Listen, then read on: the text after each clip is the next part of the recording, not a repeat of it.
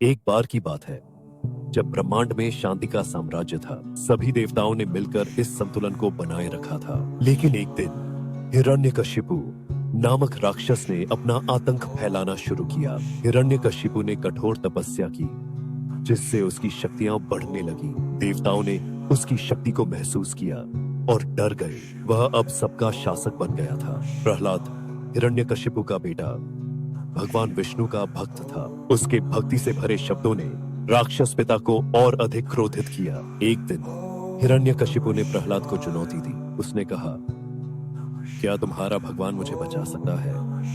प्रहलाद ने शांतिपूर्वक उत्तर दिया, वह हर जगह है। हिरण्यकशिपु ने एक स्तंभ पर जोर से प्रहार किया।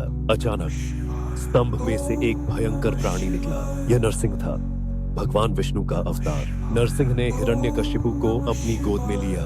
यह समय न तो दिन था और न रात, और वह उसे अपने नाखूनों से मार डालता है। हिरण्यकशिपु का अंत हो गया, लेकिन नरसिंह की गुस्सा शांत नहीं हुआ। उसका क्रोध ब्रह्मांड को झकझोरने लगा। देवता चिंतित हो गए। देवताओं ने शिव की ओर देखा, जो हमेशा संतुलन बनाए रखने के लिए जाने जाते थे। शिव ने नरसिंह को रोकने का प्रण लिया। शिव ने रुद्र रूप धारण किया।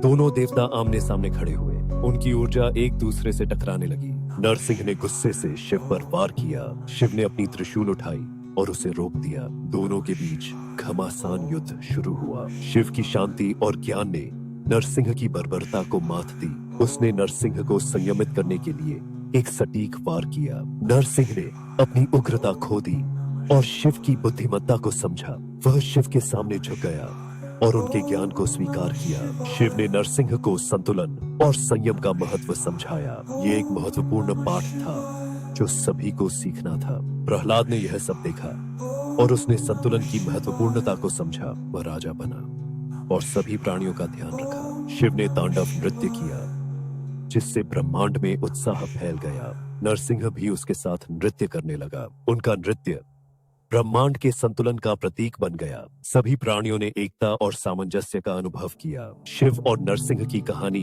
एक महत्वपूर्ण संदेश दे गई। संतुलन के बिना सृष्टि असंभव है। शिव की विजय कोई प्रतिकूलता नहीं थी, बल्कि यह एक आवश्यक कार्रवाई थी। संतुलन को बनाए रखना सबसे महत्वपूर्ण है। सभी देवता और ऋषि प्रसन्न हुए जब संतुलन फिर से स्थापित हुआ। यह एक नई शुरुआत थी। प्रहलाद ने सीखा कि भक्ति के साथ संयम भी आवश्यक है।